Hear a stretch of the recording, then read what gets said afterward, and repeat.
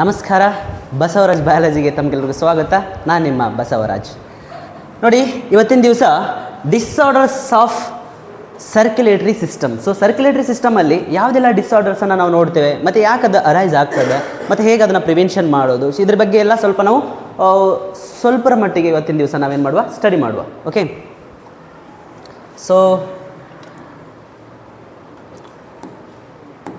First disorder ಯಾವುದಪ್ಪ ಅಂದರೆ hyper tension ಅಂತ ಹೇಳ್ತೇವೆ. So high blood pressure. Okay, B P ಅಂತ ಏನು ಹೇಳ್ತೇವಲ್ಲ, ಬಿ ಪಿ ಜಾಸ್ತಿ ಆಗಿದೆ, ಅದ್ರ ಬಗ್ಗೆ ನಾವು ಮೊನ್ನೆ ತಾನೇ ಅದ್ರ ಬಗ್ಗೆ ಡಿಸ್ಕಸ್ ಮಾಡಿದ್ವಿ, ಯಾವ ರೀತಿ ಜಾಸ್ತಿ ಆಗುತ್ತೆ ಅಂತೇಳಿ. ಇವನ್ ಅದಕ್ಕೆ ನೋಡಿ ಏನಿದೆ ಅಂತೇಳಿ ಒಂಚೂರು ನೋಡ್ಕೊಳ್ಬೋದು ಇದರಲ್ಲಿ. So disorders of circulatory system. First one is hypertension, that is high blood pressure ಅಂತ ಹೇಳ್ತೇವೆ.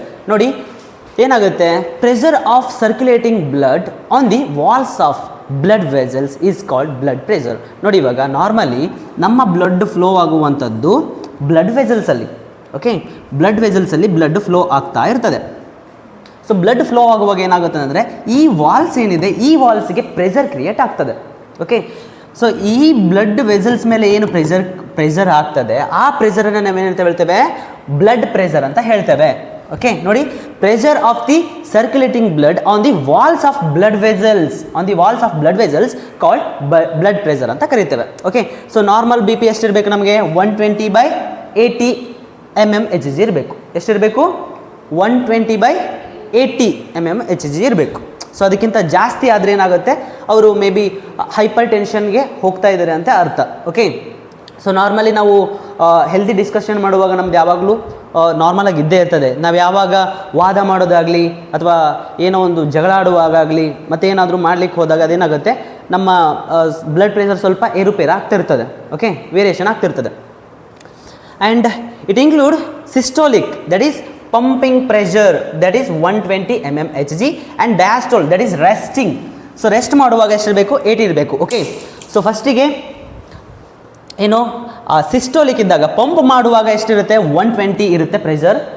ಓಕೆ, ಯಾವಾಗ ಅದು ರೆಸ್ಟಿಂಗ್ ಫೇಸಿಗೆ ಹೋಗುತ್ತೆ, ರೆಸ್ಟಿಂಗ್ ಫೇಸಿಗೆ ಹೋದಾಗ ಎಷ್ಟಿರುತ್ತೆ, ಅದು 80 ಇರುತ್ತೆ. ಸೊ ನಾರ್ಮಲಿ ಹಾಗಾದರೆ ಎಷ್ಟಿರಬೇಕು, 120/80 mmHg ಬೇಕು. ಓಕೆ, ಇಷ್ಟಿರಬೇಕು. ಓಕೆ, ಇಲ್ಲಿ ಕೊಟ್ಟಿದ್ದಾರೆ ನೋಡಿ. So normal 120 to 120/80. ಓಕೆ, ಸ್ವಲ್ಪ ಪ್ರೀ ಹೈಪರ್ ಟೆನ್ಷನ್ ಅಂತ ಹೇಳ್ತೇವೆ. ಪ್ರೀ ಹೈಪರ್ ಟೆನ್ಷನ್ ಅಂದರೆ ಹೈಪರ್ ಟೆನ್ಷನ್ಗೆ ಹೋಗುವಂಥ ಸ್ಟೇಜ್ ಅದು. ಓಕೆ, ಹೈಪರ್ ಟೆನ್ಷನ್ಗೆ ಹೋಗುವಂಥ ಸ್ಟೇಜ್ ಅದು ಯಾವುದು, ಪ್ರೀ ಹೈಪರ್ ಟೆನ್ಷನ್. ಓಕೆ, ಅದೆಷ್ಟಿರುತ್ತೆ, 120 to 139/80 to 89 ಇರುತ್ತದೆ. ಓಕೆ, ಸ್ವಲ್ಪ ಜಾಸ್ತಿ ಆಗಿದೆ ಅಂತಂದರೆ ಅವರಿಗೆ ಹೈಪರ್ ಟೆನ್ಷನ್ ಆಗುವಂಥ ಚಾನ್ಸಸ್ ಇದೆ ಅಂತ ಅರ್ಥ. ಓಕೆ, ಅದಕ್ಕೋಸ್ಕರ ನೀವು ಹಾಸ್ಪಿಟ್ಲಿಗೆ ಹೋದ ತಕ್ಷಣ ಏನು ಮಾಡ್ತಾರೆ, ಮೊದಲಿಗೆ ಬಿ ಪಿ ಚೆಕ್ ಮಾಡ್ತಾರೆ. ನೋಡಿದ್ದೀರಾ, ಆ ಕೈಗೆ ಒಂದು ಇದು ಹಾಕ್ತಾರೆ, ಹಾಕಿ ಬಿಟ್ಟಿರ್ತಾರೆ. ಓಕೆ, ನೋಡಿ ಇಲ್ಲಿದೆಯಲ್ಲ, ಕಾಣ್ತದಾ? ಸೊ ಇದನ್ನು ನಮ್ಮ ಒಂದು ಕೈಗೆ ಸುತ್ತಾಕ್ತಾರೆ. ಸುತ್ತಿ ಏನು ಮಾಡ್ತಾರೆ, ಬಿ ಪಿನ ಚೆಕ್ ಮಾಡ್ತಿರ್ತಾರೆ. ಓಕೆ, ಹಾಗಾದರೆ 120 to 139/80 to 89 mmHg ಇದ್ದರೆ ಅದು pre hypertension. Okay, hypertension stage 1 ಅಂತ ಕರಿತೇವೆ. 140 to 159 ಬಂದರೆ, ಇನ್ನು 160 to 179 ಇದ್ದರೆ hyper tension stage 2.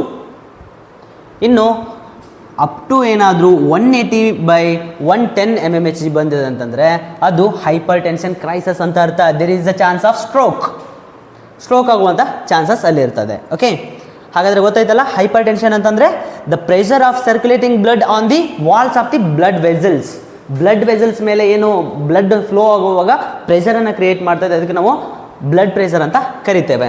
Okay, so normal blood pressure is 120/80. Okay, so next, when the blood pressure is higher than normal BP, that is 120/80 mmHg, ಇದು normal B P.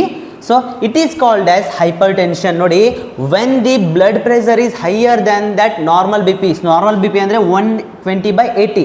120/80ಗಿಂತ ಏನಾದರೂ B P ಜಾಸ್ತಿ ಆಗಿದೆ ಅಂತಂದರೆ that means it is a hypertension ಅಂತ ಅರ್ಥ. Hyper ಜಾಸ್ತಿ. Okay, ಹೇಳ್ತಿರ್ತಾರಲ್ಲ, ಏನು hyper tension ಏನಾದರೂ ಇದೆಯಾ ನಿಮಗೆ, ಆ ಥರ ಮಾಡ್ತಾ ಇದೆಯಲ್ಲ ಅಂತ ಕೇಳ್ತಿರ್ತಾರೆ ಸಡನ್ನಾಗಿ ಸಿಟ್ಟು ಮಾಡ್ಕೊಳ್ಳೋರಿಗೆ. ನೋಡಿದ್ದೀರಾ? ಇನ್ನು if an individual repeatedly has the B P, so ಪದೇ ಪದೇ ಅವ್ರಿಗೇನಾದರೂ ಬಿ ಪಿ ಜಾಸ್ತಿ ಆಗ್ತಾ ಇದ್ದರೆ, so that is 140/90 or above, 140ಗಿಂತ ಅಬೋವ್ ಏನಾದರೂ ಪದೇ ಪದೇ ಅವ್ರಿಗೆ ಬಿ ಪಿ ಏನಾದರೂ ಇರ್ತಾ ಇದ್ದಿದ್ರೆ ಏನಾಗುತ್ತೆ, it shows hypertension. So ಅದೇನು ತೋರಿಸುತ್ತೆ, ಹೈಪರ್ ಟೆನ್ಷನ್ ಇದೆ ಅಂತ ತೋರಿಸುತ್ತೆ. ಓಕೆ, ನೋಡಿ ನಾರ್ಮಲ್ ಆಗಿ 120/80 mmHg ಇರಬೇಕು. ಓಕೆ, ಸಪೋಸ್ ಅದೇನಾದರೂ ಅವ್ರಿಗೆ 140/90 ಇದ್ದದ್ದು ಪದೇ ಪದೇ ಅವ್ರಿಗೆ ಕಾಣಿಸ್ತಾ ಇದ್ದರೆ, ಚೆಕ್ ಮಾಡಿದಾಗೆಲ್ಲ 140/90 ಏನಾದರೂ ಇದೆ ಅಂತಂದರೆ that means he is in the hypertension ಅಂತ ಅರ್ಥ. ಅವನಿಗೆ ಹೈಪರ್ ಟೆನ್ಷನ್ ಇದೆ ಅಂತ ಅರ್ಥ. Okay, it leads to the heart diseases and effect vital organs. Okay, so ಇದು ಏನು ಹಾರ್ಟ್ ಡಿಸೀಸಸ್ಗೆ ಅನುವು ಮಾಡಿಕೊಡ್ತದೆ, ಅದ್ರ ಜೊತೆಗೆ ಬ್ರೈನ್ ಮತ್ತು ಕಿಡ್ನಿ ಮೇಲೆ ಕೂಡ ಎಫೆಕ್ಟ್ ಆಗ್ತದೆ. ಓಕೆ, ಸೊ ಅದಕ್ಕೋಸ್ಕರ ಈ ಒಂದು ಬಿ ಪಿ ಏನಾದರೂ ಏರುಪೇರು ಆಗ್ತಾಯಿದೆ ಅಂದರೆ ಮೊದಲಿಗೆ ಅದಕ್ಕೆ ಏನು ಮಾಡಬೇಕು, ನಾವು ಡಾಕ್ಟ್ರ್ ಹತ್ರ ಹೋಗಿ ಏನೆಲ್ಲ ಅವ್ರ ಹತ್ರ ಸಜೆಷನ್ ತೊಗೋಬೇಕು, ತೊಗೊಂಡು ಅದ್ರ ಪ್ರಕಾರ ನಾವು ಮೆಡಿಸಿನನ್ನು ತೊಗೊಳ್ಳೇಬೇಕು. ಓಕೆ, ಇಲ್ಲ ಅಂತಂದರೆ ಇದು ತುಂಬ ಎಫೆಕ್ಟ್ ಮಾಡ್ತದೆ. ಓಕೆ, ಬೇರೆ ಬೇರೆ ರೋಗಗಳೆಲ್ಲ ಬರ್ತದೆ, ಇನ್ಕ್ಲೂಡಿಂಗ್ ಹಾರ್ಟ್ ಡಿಸೀಸಸ್, ಬ್ರೈನ್ ಮತ್ತು ಕಿಡ್ನಿ ಮೇಲೆ ಕೂಡ ಎಫೆಕ್ಟ್ ಆಗ್ತದೆ. ಯಾವುದು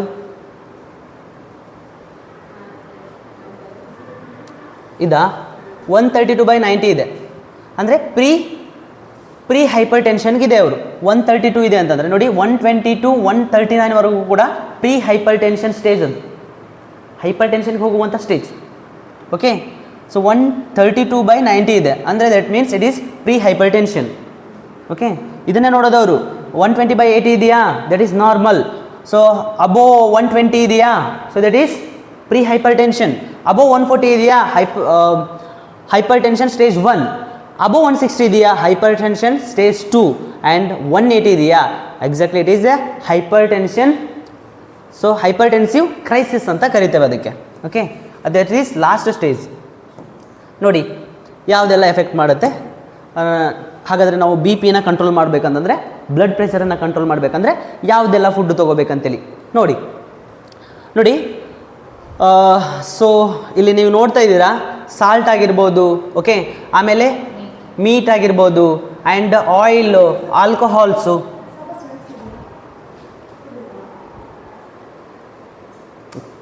ಸೊ ಆಲ್ಕೋಹಾಲ್ಸ್ ಆಗಿರ್ಬೋದು, ಇದೆಲ್ಲ ಏನು ಮಾಡ್ತದೆ ಅಂದರೆ ಬ್ಲಡ್ ಪ್ರೆಷರನ್ನು ಜಾಸ್ತಿ ಮಾಡುವಂಥದ್ದು.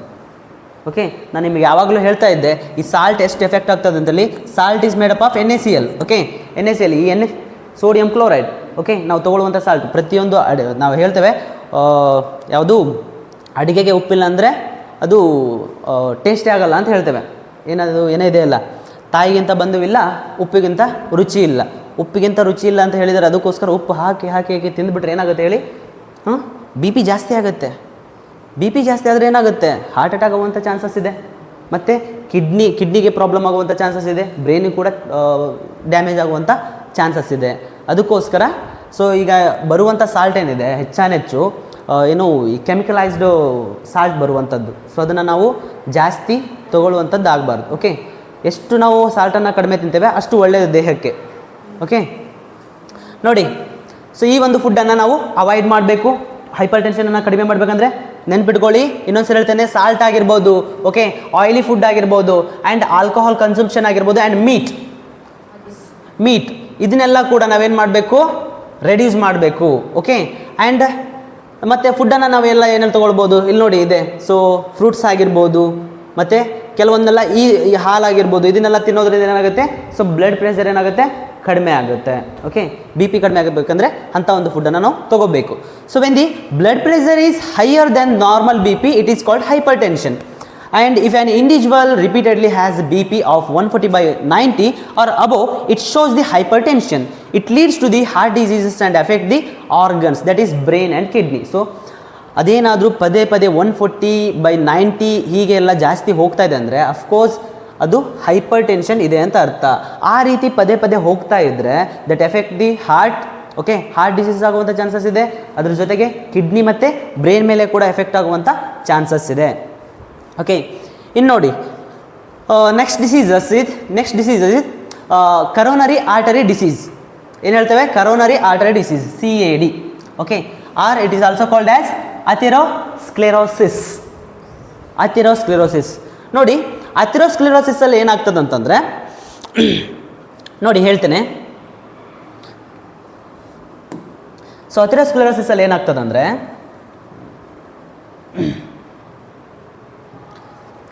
ನಾರ್ಮಲಿ ನಮ್ಮ ಬ್ಲಡ್ ಫ್ಲೋ ಆಗುವಂಥದ್ದು ಬ್ಲಡ್ ವೆಸಲ್ಸಲ್ಲಿ. Is it right? Okay, blood ವೆಸಲ್ಸಲ್ಲಿ ಏನಾಗುತ್ತೆ, ಲಿಸನ್ ಹಿಯರ್. ಓಕೆ ನೋಡಿ, ನಮ್ಮ ಬ್ಲಡ್ ವೆಸಲ್ಸಲ್ಲಿ ಏನಾಗುತ್ತೆ, ಬ್ಲಡ್ ಫ್ಲೋ ಆಗ್ತಾ ಇರ್ತದೆ. ಓಕೆ, ಅದು ಯಾವಾಗ ಬ್ಲಡ್ ಫ್ಲೋ ಆಗ್ತಾ ಇರುವಾಗ ಬ್ಲಡ್ ಪ್ರೆಷರ್ ಏನಾದರೂ ಜಾಸ್ತಿ ಆದರೆ, ಬಿ ಪಿ ಏನಾದರೂ ಜಾಸ್ತಿ ಆದರೆ ಅದಾಗ ತುಂಬ ಸ್ಪೀಡಾಗಿ ಬ್ಲಡ್ಡು ಹೋಗೋದು ಬರೋದೆಲ್ಲ ಮಾಡ್ತಿರುತ್ತೆ. ಓಕೆ, ಆವಾಗ ಏನಾಗುತ್ತೆ, ಕೆಲವೊಂದು ಟೈಮಲ್ಲಿ ಏನಾಗುತ್ತೆ ಅಂತಂದರೆ ಈ ಒಂದು ಬ್ಲಡ್ ವೆಸಲ್ಸದ್ದು ವಾಲ್ಸ್ ಏನಿದೆ, ಓಕೆ, ಅದೇನಾಗುತ್ತೆ, ಡ್ಯಾಮೇಜ್ ಆಗುತ್ತೆ. ಓಕೆ, ಈಗ ಏನಾಯಿತು, ಬ್ಲಡ್ ವೆಸಲ್ ಡ್ಯಾಮೇಜ್ ಆಯಿತು. ಇಲ್ಲೇನೋ ಬ್ಲಡ್ ವೆಸಲ್ ಏನಾಯಿತು, ಡ್ಯಾಮೇಜ್ ಆಯಿತು ಅಂತ ಇಟ್ಕೊಳ್ಳಿ. ಇಲ್ಲೇನಾಯಿತು, ಬ್ಲಡ್ ವೆಸಲ್ ಡ್ಯಾಮೇಜ್ ಆಯಿತು. ಸೊ ಡ್ಯಾಮೇಜ್ ಆದ ತಕ್ಷಣ ಏನಾಗುತ್ತೆ ಗೊತ್ತಾ? ಓಕೆ, ಸೊ ಬ್ಲಡ್ ವೆಸಲ್ ಏನಾಯಿತು, ಡ್ಯಾಮೇಜ್ ಆಯಿತು. ಸೊ ಬ್ಲಡ್ ವೆಸಲ್ ಡ್ಯಾಮೇಜ್ ಆದಮೇಲೆ ಏನಾಗುತ್ತೆ ಅಂತಂದರೆ, ಈಗ ಬ್ಲಡ್ಡಲ್ಲಿ ಬರೀ ಏನು ನಮಗೆ ಬೇಕಾಗಿರುವಂಥ ಫುಡ್ಡು ಅದು ನ್ಯೂಟ್ರಿಯೆಂಟ್ಸ್ ಅಷ್ಟೇ ಹೋಗಲ್ಲ, ಅದ್ರ ಜೊತೆಗೆ ಕೊಲೆಸ್ಟ್ರಾಲ್ ಹೋಗ್ತಿರುತ್ತೆ. ಮತ್ತು ನಾವು ತಿಂದಿರುವಂಥ ಮತ್ತು ಸ್ಮೋಕಿಂಗ್ ಮಾಡಿದರೆ ಆಲ್ಕೋಹಾಲನ್ನು ತೊಗೊಂಡ್ರೆ ಅದೆಲ್ಲ ಏನಾಗುತ್ತೆ ಅಂದರೆ ಅಲ್ಟರ್ನೇಟ್ಲಿ ಅದು ಬ್ಲಡ್ಡಲ್ಲಿ ಫ್ಲೋ ಆಗ್ತಾ ಇರುತ್ತೆ. ಆವಾಗ ಏನಾಗುತ್ತೆ ಅಂತಂದರೆ, ಇಲ್ಲಿ ನೋಡಿ, ನಮ್ಮ ಬಾಡೀಲಿ, ನಮ್ಮ ಬ್ಲಡ್ಡಲ್ಲಿ ಒಂದು LDL ಅಂತ ಇದೆ. ಏನು ಹೇಳಿ? LDL, ಲೋ ಡೆನ್ಸಿಟಿ ಲಿಪೋಪ್ರೋಟೀನ್ ಅಂತ ಹೇಳ್ತೇವೆ. ಓಕೆ, ಇದೇನು ಮಾಡುತ್ತೆ ಅಂತಂದರೆ ಕೊಲೆಸ್ಟ್ರಾಲನ್ನು ಕ್ಯಾರಿ ಮಾಡುತ್ತೆ. ಓಕೆ, ಏನು ಮಾಡುತ್ತೆ, ಕೊಲೆಸ್ಟ್ರಾಲನ್ನು ಕ್ಯಾರಿ ಮಾಡುತ್ತೆ. ಇದು LDL ಏನು ಮಾಡ್ತಿರುತ್ತೆ ಅಂತಂದರೆ, ಈ LDL ಕೊಲೆಸ್ಟ್ರಾಲನ್ನು ಕ್ಯಾರಿ ಮಾಡ್ತಾ ಇರುತ್ತೆ. ಕೊಲೆಸ್ಟ್ರಾಲನ್ನು ಕ್ಯಾರಿ ಮಾಡುವಾಗ ಇಲ್ಲೇನಾಗಿದೆ, ಇವಾಗ ಡ್ಯಾಮೇಜ್ ಆಗಿದೆ. ಓಕೆ, ಬ್ಲಡ್ ವೆಸಲ್ ಡ್ಯಾಮೇಜ್ ಆಗಿದೆ. ಸೊ ಬ್ಲಡ್ ವೆಸಲ್ ಡ್ಯಾಮೇಜ್ ಆದಾಗ ಏನಾಗ್ತದೆ ಅಂತಂದರೆ ಈ LDL ಹೋಗಿ ಏನು ಮಾಡ್ತದೆ, ಇಲ್ಲಿ ಕೂತ್ಕೊಂಡು ಬಿಡ್ತದೆ. LDL ಜೊತೆಗೆ ಏನಿದೆ, ಇಲ್ಲಿ ಕೊಲೆಸ್ಟ್ರಾಲ್ ಇದೆ.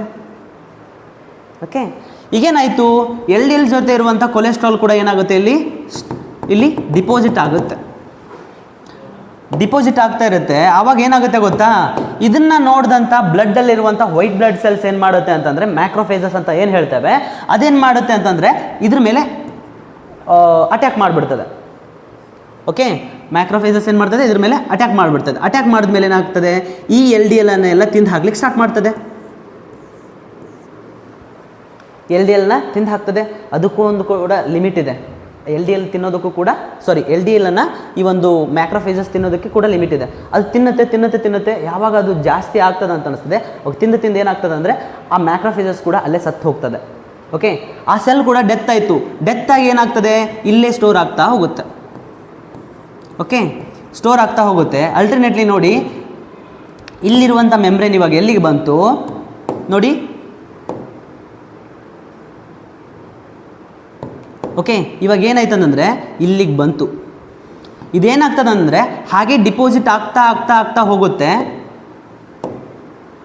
ಡಿಪಾಸಿಟ್ ಆಗ್ತಾ ಹೋಗ್ತಾ ಏನಾಗುತ್ತೆ ಅಂದರೆ ನೋಡಿ, ಇವಾಗ ಏನಾಯಿತು, ಇಲ್ಲಿರೋ ಸ್ಪೇಸ್ ಎಷ್ಟಿದೆ ನೋಡಿ ಇವಾಗ. ಸೊ ಮೊದಲಿಗೆ ಫ್ರೀ ಆಗಿ ಏನಾಗ್ತಿತ್ತು, ಬ್ಲಡ್ ಫ್ಲೋ ಆಗ್ತಿತ್ತು. ಇವಾಗ ಏನಾಯಿತು, ಇಲ್ಲಿ ಪ್ಲೇಕ್ ಫಾರ್ಮೇಷನ್ ಆಯಿತು. ಓಕೆ, ಈ LDL ಬಂದು ಅಲ್ಲಿ ಕೂತ್ಕೊಳ್ತು. LDL ಬಂದು ಕೂತ್ಕೊಂಡಾಗ ಕೊಲೆಸ್ಟ್ರಾಲ್ ಅಲ್ಲಿ ಬಂದು ಕೂತ್ಕೊಂಡಾಗ ಆ ಕೊಲೆಸ್ಟ್ರಾಲನ್ನು ತಿನ್ಬೇಕಂತೇಳಿ ಏನು ಬಂತಲ್ಲಿ, ಮ್ಯಾಕ್ರೋಫೇಜಸ್ ಬಂತು. ಮ್ಯಾಕ್ರೋಫೇಜಸ್ ಬಂದು ಅಲ್ಲಿ ಕೂತ್ಕೊಂಡು ಏನಾಯಿತು, ಇವಾಗ ಏನಾಯಿತು, ಪ್ಲೇಕ್ ಫಾರ್ಮೇಷನ್ ಆಯಿತು. ಇವಾಗ ನೋಡಿ, ಬ್ಲಡ್ ಫ್ಲೋ ಆಗುವಂಥದ್ದು ಬರೀ ಇಷ್ಟು ಸ್ಪೇಸಲ್ಲಿ ಮಾತ್ರ. ಓಕೆ, ಇಷ್ಟು ಸ್ಪೇಸಲ್ಲಿ ಮಾತ್ರ ಬ್ಲಡ್ ಫ್ಲೋ ಆಗಬೇಕು. ಆವಾಗ ಏನಾಗುತ್ತೆ, ಬ್ಲಡ್ ಫ್ಲೋ ಆಗುವಂಥದ್ದು ತುಂಬ ಸ್ಲೋ ಆಗುತ್ತೆ. ಓಕೆ, ಆವಾಗ ಏನಾಗುತ್ತೆ, ಅಲ್ಟರ್ನೇಟ್ಲಿ ಇದು ಇಲ್ಲಿ ಸ್ಪೀಡ್ ಆಗಿರುತ್ತೆ ಬ್ಲಡ್ ಫ್ಲೋ ಆಗುವಂಥದ್ದು. ಅವಾಗ ಏನಾಗುತ್ತೆ, ನೀವು ನೋಡಿದ್ದೀರಾ, ಈಗ ಪೈಪಿಂದ ನೀವು ನೀರು ಬಿಡ್ತಾ ಇರ್ತಾರೆ ಅಂತ ತಿಳ್ಕೊಳ್ಳಿ. ಓಕೆ, ಪೈಪಿಂದ ನೀವು ನೀರು ಬಿಡ್ತಾ ಇರ್ತಾರೆ. ನೀರು ಬಿಡುವಾಗ ನಾರ್ಮಲ್ ಆಗೇ ಇರುತ್ತೆ. ನೀವೇನಾದರೂ ಮುಂದೆ ಹಿಡಿದಿದ್ರೆ, ಸಪೋಸ್ ನೀವೇನಾದರೂ ಮುಂದ್ಗಡೆ ಹೋಗಿ ಈ ಥರ ಬಾಯನ್ನು ಹಿಡಿದ್ರಿ ಅಂತ ತಿಳ್ಕೊಳ್ಳಿ, ಸ್ಪೀಡಾಗಿ ಹೋಗುತ್ತಾ, ಮೇಲ್ಕೆ ಹೋಗುತ್ತಾ? ಹಾಂ, ಸ್ಪೀಡ್ ಹೋಗುತ್ತೆ ತಾನೇ. ಯಾಕಂದರೆ ಅಲ್ಲಿ ನೀವೇನು ಮಾಡ್ತೀರಾ, ಮುಂದ್ಗಡೆ ಇರುವಂಥ ಇದು ಸ್ಪೇಸನ್ನು ಕಡಿಮೆ ಮಾಡಿರ್ತಾರೆ. ಸ್ಪೇಸನ್ನು ಕಡಿಮೆ ಮಾಡಿದಾಗ ತುಂಬ ಸ್ಪೀಡಾಗಿ ಹೋಗುತ್ತೆ. ಅದೇ ರೀತಿಯಲ್ಲಿ ಬ್ಲಡ್ ಫೋರ್ಸ್ಬಲಿ ಹೋಗ್ಲಿಕ್ಕೆ ಸ್ಟಾರ್ಟ್ ಆಗುತ್ತೆ. ಯಾವಾಗ ಫೋರ್ಸ್ಬಲಿ ಹೋಗ್ಲಿಕ್ಕೆ ಸ್ಟಾರ್ಟ್ ಆಗುತ್ತೆ, ಇದೇನಾಗುತ್ತೆ, ಬ್ರೇಕ್ ಆಗಿಬಿಡುತ್ತೆ. ಓಕೆ, ಇದು ಬ್ರೇಕ್ ಆಗಿಬಿಡುತ್ತೆ. ಬ್ರೇಕ್ ಆದ ತಕ್ಷಣ ಒಳಗಡೆ ಇರುವಂಥದ್ದೆಲ್ಲ ಹೊರಗಡೆ ಬಂದು ಇದೇನು ಮಾಡುತ್ತೆ, ಫುಲ್ ಕ್ಲೋಸ್ ಆಗಿಬಿಡುತ್ತೆ. ಓಕೆ, ಇದೆಲ್ಲ ಫುಲ್ ಕ್ಲೋಸ್ ಆಯಿತು, ಬ್ಲಡ್ ವೆಸಲ್ಸ್ ಕ್ಲೋಸ್ ಆಯಿತು. ಇವಾಗ ಬ್ಲಡ್ ಫ್ಲೋನೇ ಆಗಲ್ಲ, ಏನಾಗುತ್ತೆ alternately? Yes, there is no flow of blood, there is no transport of oxygen. Okay, alternately ಏನಾಗುತ್ತೆ? ಹಾರ್ಟ್ ಅಟ್ಯಾಕ್ ಆಗುತ್ತೆ.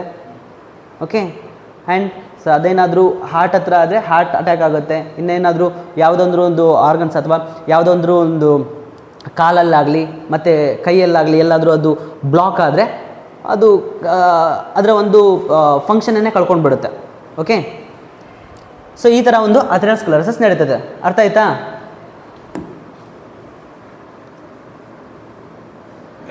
ಸೊ ಹಾಗಾಗಿ ನೋಡಿ ಇಲ್ಲಿ ಕೊಟ್ಟಿದ್ದಾರೆ.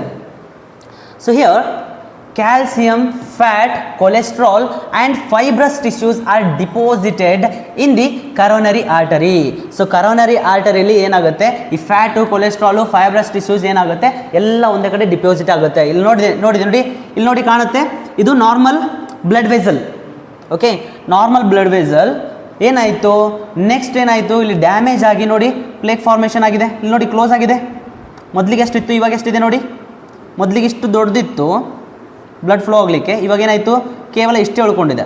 ಯಾಕಂದರೆ ಇಲ್ಲಿ ಏನಾಗಿದೆ, ಸೊ ಆ ಒಂದು calcium, fat, cholesterol and fibrous tissue ಎಲ್ಲ ಏನಾಗಿದೆ, ಸ್ಟೋರ್ ಆಗಿದೆ ಅಲ್ಲಿ. ಓಕೆ, ನೋಡಿ ಇಲ್ಲಿ ಕಾಣ್ತದಾ?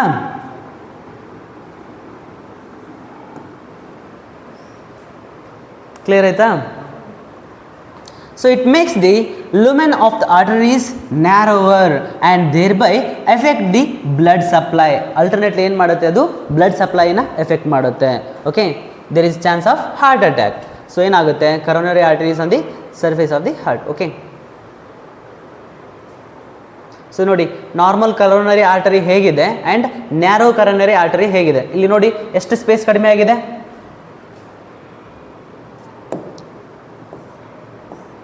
And next one is angina. That is angina pectoris ಅಂತ ಕೂಡ ಅದಕ್ಕೆ ನಾವು ಕರಿತೇವೆ. ಇಲ್ಲೇನಾಗುತ್ತೆ, an acute chest pain due to oxygen deficiency to heart muscles. So ಕೆಲವೊಬ್ಬರೆಲ್ಲ ಹೇಳ್ತಿರ್ತಾರೆ, ಸೊ ನನಗೆ ಎದೆ ತುಂಬ ನೋವ್ತಾ ಇದೆ ಅಂತ ಹೇಳ್ತಿರ್ತಾರೆ. ಅಬ್ಸರ್ವ್ ಮಾಡಿದ್ದೀರಾ? ಎದೆನ ಹಿಡ್ಕೊಂಡು ಅವ್ರಿಗೆ ನೋವು ತಡಿಲಿಕ್ಕೆ ಆಗ್ತಿರಲ್ಲ, ಅಷ್ಟೊಂದು ಚೆಸ್ಟ್ ಪೇನ್ ಆಗ್ತಿರುತ್ತೆ ಅವ್ರಿಗೆ. ಯಾಕೆ ಅದು ಆಗ್ತಿರ್ತದೆ ಅಂದರೆ due to the deficiency of oxygen to the heart muscles. Heart ಮಸಲ್ಸ್ಗೆ ಏನಾಗಿದೆ, ಆಕ್ಸಿಜನ್ ಸರಿಯಾಗಿ ಸಪ್ಲೈ ಆಗ್ತಾ ಇಲ್ಲ. ಆಕ್ಸಿಜನ್ ಸರಿಯಾಗಿ ಸಪ್ಲೈ ಆಗದಿರುವಾಗ ಈ ಒಂದು ಪ್ರಾಬ್ಲಮ್ ಬರುತ್ತೆ. Okay, and it occurs due to the improper blood flow. Alternately blood flow ಎಲ್ಲಿ ಆಗ್ತದೆ ಅಲ್ಲಿ ಮಾತ್ರ ಆಕ್ಸಿಜನ್ ಸರಿಯಾಗಿ ಸಪ್ಲೈ ಆಗ್ತದೆ. Okay, there is deficiency of supply of oxygen, that's why the deficiency of oxygen is occurs. Okay, and it is common among middle aged and elderly. Okay, so ಈ middle age ಮತ್ತು ಎಲ್ಡರ್ಗೆ ಇದು ಜಾಸ್ತಿ ಇರ್ತದೆ. Okay, ದೊಡ್ಡವ್ರಿಗೆ ಮತ್ತು middle ಏಜವ್ರಿಗೆ ಕೂಡ ಈ ಒಂದು ಚೆಸ್ಟ್ ಪೇನ್ ಬರುವಂಥದ್ದು ನೋಡ್ತೇವೆ ನಾವು ಹೆಚ್ಚಾನೆಚ್ಚು. Okay, so it is due to the deficiency of supply of oxygen to the heart muscles. Heart ಮಸಲ್ಸ್ಗೆ ಆಕ್ಸಿಜನ್ ಸಪ್ಲೈ ಆಗದಿರುವಾಗ ಈ ಥರ ಆಗ್ತದೆ. ಓಕೆ, ನೋಡಿ ಅವನ ರಿಯಾಕ್ಷನ್ ಹೇಗಿದೆ ಕಾಣ್ತಾ ಇದೆಯಾ? ಇದೇ ರೀತಿ ಕಾಣ್ತಾ ಇರುತ್ತೆ ಅವ್ರಿಗೂ ಕೂಡ. ತುಂಬ ಪೇನ್ ಆಗ್ತದೆ, ಅದು ಆಕ್ಸಿಜನ್ ಸಪ್ಲೈ ಆಗಲಿಲ್ಲ ಅಂತಂದರೆ ತುಂಬ ಪೇನ್ ಆಗ್ತದೆ. ಓಕೆ, ಯಾಕಂದರೆ ಹಾರ್ಟ್ ವರ್ಕ್ ಮಾಡಬೇಕಂತಂದರೆ ಅದಕ್ಕೂ ಕೂಡ ಎನರ್ಜಿ ಬೇಕಲ್ಲ. ಎನರ್ಜಿ ಬೇಕಂದ್ರೆ ಏನು ಬೇಕು, ಆಕ್ಸಿಜನ್ ಬೇಕೇ ಬೇಕು. ಸೊ ಆಕ್ಸಿಜನ್ ಸಪ್ಲೈ ಇಲ್ಲ ಅಂತಂದರೆ ಸರಿಯಾಗಿ ವರ್ಕ್ ಮಾಡಲಿಕ್ಕಾಗಲ್ಲ, ಆವಾಗ ಚೆಸ್ಟ್ ಪೇನ್ ಆಗುತ್ತೆ. Okay, and heart failure that is congestive heart failure ಅಂತ ಕರಿತೇವೆ. ಇದರಲ್ಲಿ ಏನಾಗುತ್ತೆ ನೋಡಿ, it is the inability of heart to pump blood enough to meet the needs of the body. So congestion of the lungs is the main symptom. So ಏನಾಗ್ತದೆ ಅಂತಂದರೆ ಇಲ್ಲಿ heart failure ಅಂತ ಹೇಳ್ತೇವೆ. ಹಾರ್ಟ್ ಫೇಲ್ವರಲ್ಲಿ ಏನಾಗ್ತದೆ ಅಂದರೆ it is the inability of the heart to pump blood enough to meet the needs of the body. Okay, so ಈಗ ಬಾಡಿಯ ಯಾವುದೇ ಒಂದು ಪಾರ್ಟ್ ಸರಿಯಾಗಿ ಕೆಲಸ ಮಾಡಬೇಕಂತಂದರೆ ಅಲ್ಲೇನಾಗಬೇಕು, ಬ್ಲಡ್ ಫ್ಲೋ ಆಗಲೇಬೇಕು. ಬ್ಲಡ್ ಫ್ಲೋ ಮಾಡುವಂಥದ್ದು ಯಾವುದು, ಹಾರ್ಟ್ ಫ್ಲೋ. ಹಾರ್ಟು ಬ್ಲಡನ್ನು ಪಂಪ್ ಮಾಡ್ತದೆ. ಆ ಬ್ಲಡ್ಡಲ್ಲಿ ಹೋದಾಗ ಮಾತ್ರ ಆಕ್ಸಿಜನ್ ಏನಾಗುತ್ತೆ ಆ ಒಂದು ಪಾರ್ಟಿಗೆ ಸಪ್ಲೈ ಆಗುತ್ತೆ. ಸಪೋಸ್ ಅಲ್ಲಿ ಏನಾದರೂ ಹಾರ್ಟಿಂದ ಹೋಗುವಂಥ ಬ್ಲಡ್ ಸರಿಯಾಗಿ ಸಪ್ಲೈ ಆಗಲಿಲ್ಲ ಅಂತಂದರೆ ಆ ಪಾರ್ಟ್ ಏನಾಗುತ್ತೆ, ವೀಕ್ ಆಗುತ್ತೆ. ಓಕೆ, ಇಲ್ಲಿ ಆಗುವಂಥದ್ದು ಅದೇ. ಇಲ್ಲೇನಾಗ್ತದೆ ನೋಡಿ, ಕಂಜೆಷನ್ ಆಫ್ ದಿ ಲಂಗ್ಸ್ ಅಂತ ಹೇಳಿದ್ದಾರೆ. ಅಂದರೆ ನೋಡಿದ್ದೀರಾ, ಕೆಲವೊಬ್ಬರೆಲ್ಲ ಈ ಉಸಿರಾಡುವಾಗ ಒಂದು ಸೌಂಡ್ ಬರ್ತಾ ಇರುತ್ತೆ. ಅಬ್ಸರ್ವ್ ಮಾಡಿದ್ರೆ ತುಂಬ ಹುಷಾರಿರಲ್ಲ ನೋಡಿ, ಅವ್ರಿಗೆಲ್ಲ ಒಂಥರ ಸೌಂಡ್ ಬರ್ತಾ ಇರುತ್ತೆ ಉಸಿರಾಡುವಾಗ ಅಂತೇಳಿ ಒಳಗಡೆ ಅದೊಂಥರ ಬೇರೆ ಥರ ಸೌಂಡ್ ಬರುತ್ತೆ. ಅಂದರೆ ಆ ಮ್ಯೂಕಸ್ ಏನಾಗಿರುತ್ತೆ ಅಂತಂದರೆ ಆ ಟ್ರೇಕಿಯಾ ಏನಿದೆ, ಟ್ರೇಕಿಯಾದಲ್ಲಿ ಸ್ಟೋರ್ ಆಗಿರುತ್ತೆ. ಅವರು ಉಸಿರಾಡುವಾಗ ಅದು ತೊಂದರೆ ಕೊಡ್ತಾ ಇರುತ್ತೆ, ಆ ಸೌಂಡ್ ಅದಕ್ಕೋಸ್ಕರ ಬರ್ತಾ ಇರುತ್ತೆ ಅವರಿಗೆ. ನೋಡಿದ್ದೀರಾ, ಅದು ಯಾಕೆ ಆಗ್ತದೆ ಅಂದರೆ due to the deficiency of or deficiency in supply of the oxygen to that place. Okay, ಅಲ್ಲಿ ಸರಿಯಾಗಿ ವರ್ಕ್ ಮಾಡಲಿಕ್ಕೆ ಆ ಒಂದು ಆರ್ಗನ್ಗೆ ಚಾನ್ಸ್ ಇರಲ್ಲ, ಆ ಕಾರಣಕ್ಕಾಗಿ ಈ ಥರ ಆಗುವಂಥದ್ದು. ಅರ್ಥ ಆಯ್ತಾ? So it is the inability of heart to pump blood enough to meet the needs of the body. So ಬಾಡಿಗೆ ಆ ಒಂದು ನೀಡ್ಸನ್ನು ಕೊಡಲಿಕ್ಕೆ ಆಗಲ್ಲ ಅಲ್ಲಿ. ಸೊ ಅದಕ್ಕೋಸ್ಕರ ಆ ಒಂದು ಈ ಒಂದು ಏನು ಹಾರ್ಟ್ ಫೇಲ್ಯೂರ್ ಆಗುವಂಥದ್ದು. Okay, congestion of the lungs is the main symptom. ಹೇಳಿದ್ನಲ್ಲ, ಉಸಿರಾಡುವಾಗ ಏನು ತೊಂದರೆ ಬರ್ತಿರ್ತದಲ್ಲ, ಅಬ್ಸರ್ವ್ ಮಾಡಿದ್ದೀರಾ? ತುಂಬ ಯಾರಿಗೂ ಹುಷಾರಿರಲ್ಲ, ಅವ್ರ ಹತ್ರ ನೀವು ಹೋದರೆ ನಿಮ್ಗೆ ಗೊತ್ತಾಗುತ್ತೆ. ಅವ್ರಿಗೆ ಸರಿಯಾಗಿ ಅಲ್ಲಿ ಆಕ್ಸಿಜನ್ ಸಪ್ಲೈ ಆಗದೇ ಇರುವಾಗ ಏನಾಗುತ್ತೆ ಅಂದರೆ ಅವ್ರಿಗೆ ಉಸಿರಾಡೋ ಕೂಡ ತುಂಬ ತೊಂದರೆ ಆಗ್ತಿರ್ತದೆ. ಸೊ ಮ್ಯೂಕಸ್ ಎಲ್ಲ ಡಿಪಾಸಿಟ್ ಆಗಿರ್ತದೆ. ಅವಾಗ ಏನಾಗಿರ್ತದೆ ಅಂದರೆ ಅವರು ಉಸಿರಾಡುವಾಗ ಏನಾಗ್ತದೆ ಅಂದರೆ ಒಂಥರ ಸೌಂಡ್ ಬರ್ತಾ ಇರುತ್ತೆ. ನೀವು ಅಬ್ಸರ್ವ್ ಮಾಡಿದಿರಲ್ಲೋ ಗೊತ್ತಿಲ್ಲ, ಒಂದ್ಸರಿ ಇರಲ್ಲ ಅವ್ರ ಹತ್ರ ಹೋಗಿ. ತುಂಬ ವಯಸ್ಸಾದವ್ರಿಗೆ ಜಾಸ್ತಿ ಕಾಣುವಂಥದ್ದು ಅದು. ವಯಸ್ಸಾದವರು ಜಾಸ್ತಿ ಕೆಮ್ಮೋದೆಲ್ಲ ಮಾಡ್ತಿರ್ತಾರೆ, ಅಬ್ಸರ್ವ್ ಮಾಡಿದ್ದೀರಾ? ಕೆಮ್ತಿರ್ತಾರೆ, ಕೆಮ್ಮಿದ್ರು ಕೂಡ ಹೊರಗಡೆ ಯಾವುದೇ ಒಂದು ಮ್ಯೂಕಸ್ ಬರ್ತಾ ಇರಲ್ಲ, ಆದರೂ ಕೂಡ ಕೆಮ್ತಾ ಇರ್ತಾರೆ ಅವರು, ಮತ್ತು ಉಸಿರಾಡಕ್ಕೆ ತುಂಬ ತೊಂದರೆ ಆಗ್ತಿರ್ತದೆ. Okay, that is congestion of the lungs. Okay ನೋಡಿ, ಸೊ ನಾರ್ಮಲ್ ಆಗಿದ್ದಾಗ ಯಾವ ರೀತಿ ಹಾರ್ಟ್ ಇರುತ್ತೆ ಇದು ಕ್ಲಿಯರಾಗಿ ಕಾಣಲ್ಲ ಅಂತ ಅನಿಸ್ತದೆ ನಿಮಗೆ. Okay, and so heart failure ಆದಾಗ ಯಾವ ರೀತಿ ಇರುತ್ತೆ ಅಂತೇಳಿ ನೋಡಿ. ಇಲ್ಲಿ ಏನೋ ಚೇಂಜಸ್ ಇಲ್ಲ. ಓಕೆ, ಇಲ್ಲೇನಾಗಿದೆ ನೋಡಿ, ಇದಕ್ಕೂ ಅದಕ್ಕೆ ಎಷ್ಟು ಚೇಂಜಸ್ ಇದೆ. Okay, so next is cardiac arrest. So here heart stop beating. So heart ಏನು ಮಾಡುತ್ತೆ, ಹಾರ್ಟ್ ಬೀಟ್ ಮಾಡೋದನ್ನೇ ನಿಲ್ಲಿಸ್ಬಿಡುತ್ತೆ. ಹಾರ್ಟ್ ಬೀಟ್ ಮಾಡೋದನ್ನು ನಿಲ್ಲಿಸಿದರೆ ಏನಾಗುತ್ತೆ? ಡೆತ್ ಆಗುತ್ತೆ. There is no other options. Okay, ಏನಾಗುತ್ತೆ? Cardiac arrest is an electrical problem. ಎಲ್ಲೇನಾಗುತ್ತೆ, ನಾವು ಹೇಳಿದ್ವಿ ಎಲೆಕ್ಟ್ರಿಕ್ ಪೊಟೆನ್ಷಿಯಲ್ ಅಂತ ಮಾತಾಡಿದ್ವಿ. ಆ ಪೊಟೆನ್ಷಿಯಲ್ ಬಂದಾಗ ಏನಾಗುತ್ತೆ, ಹಾರ್ಟು ಸಿಸ್ಟೋಲ್ ಮತ್ತು ಡಯಾಸ್ಟೋಲನ್ನು ನಡೆಸುತ್ತೆ. ಸಿಸ್ಟೋಲ್ ಮತ್ತು ಡಯಾಸ್ಟೋಲ್ ಆದಾಗ ಮಾತ್ರ ಬ್ಲಡ್ ಸರಿಯಾಗಿ ಪಂಪ್ ಆಗುವಂಥದ್ದು. ಸಪೋಸ್ ಆ ಪ್ರೊಸೆಸ್ಸೇ ನಿಂತುಬಿಡುತ್ತೆ ಅಂತಂದರೆ ಹಾರ್ಟ್ ಏನು ಮಾಡಲ್ಲ, ಅದು ಬೀಟಿಂಗ್ ಮಾಡೋದನ್ನು ನಿಲ್ಲಿಸ್ಬಿಡುತ್ತೆ. ಬೀಟಿಂಗ್ ಮಾಡಿಸೋದು ನಿಲ್ಲಿಸಂದರೆ alternately what happens? Heart attack is a plumbing problem. Okay, ಏನಾಗುತ್ತೆ ಅಲ್ಟರ್ನೇಟ್ಲಿ? ಸೊ ಇನ್ನೊಂದು ಏನಾಗುತ್ತೆ ಅಂದರೆ ಇಲ್ಲಿ ಆ ಆರ್ಟ್ರಿ ಕೂಡ ಬ್ಲಾಕ್ ಆಗುತ್ತೆ. ಆರ್ಟ್ರಿ ಕೂಡ ಬ್ಲಾಕ್ ಆದಾಗ ಏನಾಗುತ್ತೆ, heart attack is a plumbing problem. Alternately block ಆಗಿದೆ ಅನ್ನೋದ್ರಲ್ಲಿ ಟ್ರಾನ್ಸ್ಫರ್ ಆಗಲ್ಲ. ಟ್ರಾನ್ಸ್ಫರ್ ಆಗದೇ ಇದ್ರೆ ಏನಾಗುತ್ತೆ, ಹಾರ್ಟ್ ಅಟ್ಯಾಕ್ ಆಗ್ತದೆ ಮತ್ತು ಡೆತ್ ಕೂಡ ಆಗುವಂಥ ಚಾನ್ಸಸ್ ಇರ್ತದೆ. ಓಕೆ ನೋಡಿ, ಇಲ್ಲಿ ಕೊಟ್ಟಿದ್ದಾರೆ ಹಾರ್ಟ್ ಅಟ್ಯಾಕ್ ಹೇಗಾಗುತ್ತೆ ಅಂತೇಳಿ. So it is the sudden damage of the heart muscles. So sudden damage of the heart muscles due to the inadequate blood supply. So ಸರಿಯಾಗಿ ಬ್ಲಡ್ ಸಪ್ಲೈ ಆಗದೆ ಇರುವಾಗ ಅಲ್ಲಿ ಸರಿಯಾಗಿ ಯಾವುದೋ ವರ್ಕ್ ಆಗ್ತಿರಲ್ಲ. ಸೊ ಆವಾಗ ಏನಾಗುತ್ತೆ ಅಂತಂದರೆ ಅಲ್ಲಿ ಬ್ಲಾಕ್ ಆಗುವಂಥ ಚಾನ್ಸಸ್ ಇರುತ್ತೆ. ನೋಡಿ, ಇಲ್ಲಿ ಹಾರ್ಟಲ್ಲಿರುವಂಥ ಬ್ಲಡ್ ವೆಸಲ್ಸಲ್ಲಿ ಏನಾಗಿದೆ, ಬ್ಲಾಕ್ ಆಗಿದೆ. ಇಲ್ಲಿ ನೋಡಿ ಏನಾಗಿದೆ, ಬ್ಲಡ್ ಕ್ಲಾಟ್ ಆಗಿದೆ. ಸೊ ಬ್ಲಡ್ ಕ್ಲಾಟ್ ಆಗಿದೆ ಅಂತಂದರೆ ಅಲ್ಟರ್ನೇಟ್ಲಿ ವಾಟ್ ಹ್ಯಾಪನ್ಸ್? ಹಾರ್ಟ್ ಅಟ್ಯಾಕ್ ಆಗುತ್ತೆ. ಬ್ಲಡ್ ಫ್ಲೋ ಆಗಲ್ಲ. ಬ್ಲಡ್ ಫ್ಲೋ ಆಗಲ್ಲ ಅಂತಂದರೆ ಏನಾಗುತ್ತೆ? ಸೊ ಹಾರ್ಟ್ ಅಟ್ಯಾಕ್ ಆಗುತ್ತೆ. ಆ್ಯಂಡ್ ಹಾರ್ಟ್ ಅಟ್ಯಾಕ್ ಆದರೆ ಅಲ್ಲಿ ಡೆತ್ ಆಗುವಂಥ ಚಾನ್ಸಸ್ ಇರುತ್ತೆ. ಓಕೆ, ಹಾಗಾಗಿ ಸೊ ನಾನು ಹೇಳ್ತಾ ಇದ್ದೆ, ಸೊ ಪ್ರತಿ ಸರಿನೂ ಹೇಳ್ತಾ ಇದ್ದೇನೆ ಮತ್ತು ಇವಾಗ ಕೂಡ ಹೇಳ್ತಾ ಇದ್ದೇನೆ, ನೀವು ಇಲ್ಲೇನು ಕಲಿತಾ ಇದ್ದೀರಾ ಅದು ಕೇವಲ ಎಕ್ಸಾಮಿಗಷ್ಟೇ ಸೀಮಿತ ಆಗಬಾರ್ದು. ಅದ್ರ ಜೊತೆಗೆ ಈಗ ಇದ್ರ ಬಗ್ಗೆ ಐಡಿಯಾನೇ ಇರಲ್ಲ ಮನೆಯಲ್ಲಿ ಎಷ್ಟೋ ಜನಕ್ಕೆ. ಈಗ ಹೆಚ್ಚು ಮೀಟ್ ಎಲ್ಲ ತಿನ್ನೋದು ಇವಾಗ ಜಾಸ್ತಿ, ಮೀಟು, ಆಯಿಲಿ ಫುಡ್ಡು, ಹೊರಗಡೆ ಜಂಕ್ ಫುಡ್ಡು ಅಂಥದ್ದೆಲ್ಲ ತಿನ್ನೋದ್ರಿಂದ ಸೊ ಏನು ಕೊಲೆಸ್ಟ್ರಾಲ್ ಜಾಸ್ತಿ ಆಗುತ್ತೆ. ಕೊಲೆಸ್ಟ್ರಾಲ್ ಜಾಸ್ತಿ ಆದರೆ ಏನಾಗುತ್ತೆ, ಈಗ ಹೇಳಿದ್ನಲ್ಲ ಅಥೆರೋಸ್ಕ್ಲೆರೋಸಿಸ್ನಲ್ಲಿ ಯಾವ ರೀತಿ ಆಗುತ್ತೆ ಅಂತೇಳಿ. ಮತ್ತು ಈ ಆಲ್ಕೋಹಾಲ್ ಆಗಿರ್ಬೋದು, ಆಮೇಲೆ ಸಿಗರೆಟ್ ಸ್ಮೋಕಿಂಗ್ ಆಗಿರ್ಬೋದು, ಇದೆಲ್ಲ ಏನು ಮಾಡುತ್ತೆ ಅಂತಂದರೆ ಅಲ್ಟರ್ನೇಟ್ಲಿ ಬ್ಲಡ್ ವೆಸಲ್ಸನ್ನು ವೀಕ್ ಮಾಡುತ್ತೆ. ಬ್ಲಡ್ ವೆಸಲ್ಸನ್ನು ವೀಕ್ ಮಾಡಿ ಅಲ್ಲಿ ಡ್ಯಾಮೇಜ್ ಆಗುವಂಥ ಚಾನ್ಸಸ್ ಇರುತ್ತೆ. ಡ್ಯಾಮೇಜ್ ಆದಮೇಲೆ ಅಲ್ಲಿ ಕೊಲೆಸ್ಟ್ರಾಲ್ ಡಿಪೋಸಿಷನ್ ಆಗುತ್ತೆ. ಕೊಲೆಸ್ಟ್ರಾಲ್ ಡಿಪೋಸಿಷನ್ ಆಗಿ ಹಾರ್ಟ್ ಅಟ್ಯಾಕ್ ಆಗುವಂಥ ಚಾನ್ಸಸ್ ಇದೆ. ಇದೇ ಕಾರಣಕ್ಕೆ ಇವಾಗ ನೋಡ್ತಿರ್ಬೋದು ನೀವು, world wide heart attack problem ತುಂಬ ಜಾಸ್ತಿ ಆಗ್ತಾ ಇದೆ. ನಾನು ಇದ್ರ ಬಗ್ಗೆ ಒಂದು ಸರಿ ಹೇಳ್ತಾ ಇದ್ದೆ ನಿಮಗೆ. ಸೊ ಏನಂತಂದರೆ, ಯಾರೋ ಒಬ್ಬ ತುಂಬ ಒಳ್ಳೆ ಡಾಕ್ಟ್ರು ತುಂಬ ಹಾರ್ಟ್ ಅಟ್ಯಾಕ್ ಸರ್ಜರಿನ ತುಂಬ ಚೆನ್ನಾಗಿ ಮಾಡಿದ್ದಾರೆ, ತುಂಬ ಜನರಿಗೆ ಲೈಫ್ ಕೊಟ್ಟಿದ್ದಾರೆ. ಓಕೆ, ಅವ್ರ ಹೆಸರು ನಂಗೆ ನೆನಪು ಬರ್ತಾ ಇಲ್ಲ. ಇವನ್ ಅವ್ರಿಗೂ ಕೂಡ ಏನಾಯಿತು, ಕೊನೆಗೆ ಹಾರ್ಟ್ ಅಟ್ಯಾಕ್ ಆಯಿತು. ಇಂಥ ಒಂದು ಸಿಚುವೇಷನಲ್ಲಿ ನಾವಿದ್ದೇವೆ. ಸೊ ಅದಕ್ಕೋಸ್ಕರ ನಾವು ಸೊ 3 ಸರಿಯಾಗಿ ನಾವು ಮೇಂಟೈನ್ ಮಾಡಬೇಕು. ಒಂದು ಫುಡ್, ಓಕೆ, ಯಾವ ಥರದ ಫುಡ್ ನಾವು ತಿನ್ನಬೇಕು. Okay, food is a medicine. ನಾವು ಫುಡ್ಡನ್ನು ಕರೆಕ್ಟಾಗಿ ಯಾವುದ್ಯಾವುದು ಎಷ್ಟೆಷ್ಟು ಬೇಕಂತೇಳಿ ಕರೆಕ್ಟಾಗಿ ಊಟ ಮಾಡಿದ್ರೆ ಫುಡ್ ಈಸ್ ಅ ಮೆಡಿಸಿನ್ ನಮಗೆ. ಓಕೆ, ಮತ್ತು ಅದ್ರ ಜೊತೆಗೆ ನಿದ್ದೆ.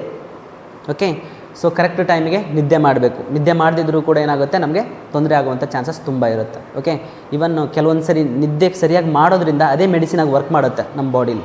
ಓಕೆ, ಕೆಲವೊಂದು ರಿಸರ್ಚ್ಗಳು ಅದನ್ನು ಕೂಡ ಹೇಳಿದೆ. ಇನ್ನು ಓಕೆ, ಏನು first one is food, second one is sleep, and third one is okay, third one is this one, yes, ನೀರು ಕೂಡ ಚೆನ್ನಾಗಿ ನಾವು ತಗೋಬೇಕು. ಓಕೆ, ಸೊ ನೀರನ್ನು ಕೂಡ ನಾವು ಸಫಿಷಿಯೆಂಟಾಗಿ ಕುಡಿದ್ರೆ ನಮಗೆ ಏನೋ ಈ ಬ್ಲಡ್ ಥಿಕ್ನೆಸ್ ಆಗುವಂಥದ್ದು ಕಡಿಮೆ ಆಗುತ್ತೆ. ನಾವು ನೋಡಿದ್ವಿ ಬ್ಲಡ್ಡಲ್ಲಿ 90 to 92% ಏನಿದೆ, ವಾಟರ್ ಇದೆ. ಓಕೆ, ವಾಟರ್ ಇದೆ. ಸೊ ಹಾಗಾಗಿ ಅಲ್ಲಿ ಕೂಡ ನಾವು ನೀರನ್ನು ಜಾಸ್ತಿ ಕುಡಿದೇ ಇದ್ರೂ ಕೂಡ ಆಗುತ್ತೆ. And the major thing is activity. Okay, activity. ನೀವು ಬೆಳಗ್ಗೆ ಎದ್ದ ತಕ್ಷಣ ಒಂದು ಚೂರು ಏನಾದರೂ ವಾಕ್ ಆಗಲಿ ಅಥವಾ ಸ್ವಲ್ಪ ಎಕ್ಸಸೈಸ್ ಆಗಲಿ ಏನಾದರೂ ಒಂದು ಮಾಡ್ತಾನೆ ಇರಬೇಕು. ಓಕೆ, ಇದ್ಯಾವುದು ಮಾಡದೆ ನಾವು ಬರೀ ಊಟ ಮಾಡ್ಕೊಂಡು ಕೂರ್ತೇವೆ ಅಂತಂದರೆ ನಮಗೆ ಡಿಸೀಸ್ಗಳು ಕಟ್ಟಿತ್ತ ಬುಟ್ಟಿ. ಓಕೆ, ಹಾಗಾಗಿ ಸೊ ನಾವು ಏನೇನೆಲ್ಲ ಮೇಂಟೈನ್ ಮಾಡಬೇಕು. First one is food, second one is sleep, third one is so water intake and activity. So ಇದು ಮಾತ್ರ ತುಂಬ ಇಂಪಾರ್ಟೆಂಟ್. ಆ್ಯಕ್ಟಿವಿಟಿ ಮತ್ತು ಫುಡ್ಡು, ಸ್ಲೀಪ್ ಎಲ್ಲ ಇದು ವೆರಿ ಇಂಪಾರ್ಟೆಂಟ್. ಇವನ್ನೆಲ್ಲ ನಾವು ಕರೆಕ್ಟ್ ಮೇಂಟೈನ್ ಮಾಡಿದರೆ ಯಾವುದೇ ಡಿಸೀಸಸ್ ಕೂಡ ನಮಗೆ ಬರಲ್ಲ. ಸೊ ಇವತ್ತಿನ ದಿವಸ ಏನಾಗಿದೆ ಅಂದರೆ ಫುಡ್ಡನ್ನು ಮೆಡಿಸಿನ್ ಥರ ತೊಗೊಳ್ತಾ ಇದ್ದಾರೆ, ಮೆಡಿಸಿನನ್ನು ಫುಡ್ಡನ್ನು ತೊಗೊಳ್ತಿದ್ದಾರೆ, ಕಷ್ಟಪಡ್ಕೊಂಡು ಬದುಕ್ತಾ ಇದ್ದಾರೆ. ಸೊ ಅದೆಲ್ಲ ಆಗಬಾರ್ದು. ಸೊ ಇನ್ಮೇಲೆ ಆದರೂ ಕರೆಕ್ಟಾಗಿ ಫುಡ್ಡು ಮತ್ತು ಸ್ಲೀಪು ಮತ್ತು ವಾಟ್ರ್ ಆ್ಯಕ್ಟಿವಿಟಿನ ಕರೆಕ್ಟಾಗಿ ಮಾಡ್ತಾ ಇದು ಮಾಡಿ ಅಂತ ಹೇಳ್ತಾ ಈ ಒಂದು ವಿಡಿಯೋನ ನಾನು ಮುಗಿಸ್ತೇನೆ. Okay, thank you.